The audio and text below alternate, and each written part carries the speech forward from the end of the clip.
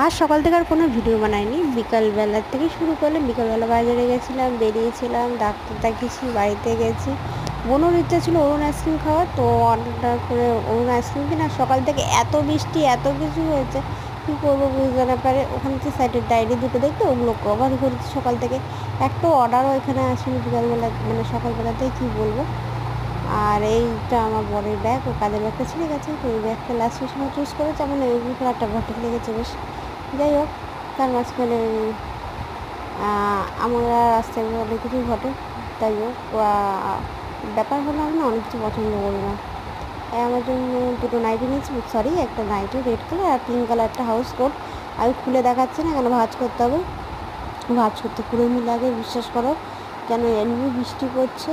একটু করে করে শুকাচ্ছে এক একটা জামা কাপড়, সেগুলো প্রত্যেকটা আমি ভালো করে ভাঁজ করে গুছিয়ে উঠিয়ে দিচ্ছি তাড়াতাড়ি করে। তার কারণ ঘরে যেন এদিক ওদিক জামা কাপড় পরে না থাকে, সেটা আমার কাস্টমারই দেখতে ভালো লাগে না। তো ওখানে হোয়াইট কালারের মধ্যেও কিছু হাউস কোট ছিল, কিন্তু আমি সেগুলো নিয়ে নিই, কারণ নোংরা হয়ে যাওয়ার একটা ব্যাপার। আর হোয়াইট কালার আমার প্রচণ্ড ভালো লাগে তাই। আর এই যে সরি, তোমরা আমার পায়ের দিকে তাকাতে বলিনি, প্লিজ তোমরা ইগনোর করো। আর আমি ওটা ভুল করে হয়ে গেছে তার জন্য। তো এখানে ভুট্টা আনা হয়েছে, চাউমিন, সব সবজি বাজারপত্র করা হয়েছে। এগুলো সব কিছু গোছাবো আস্তে আস্তে।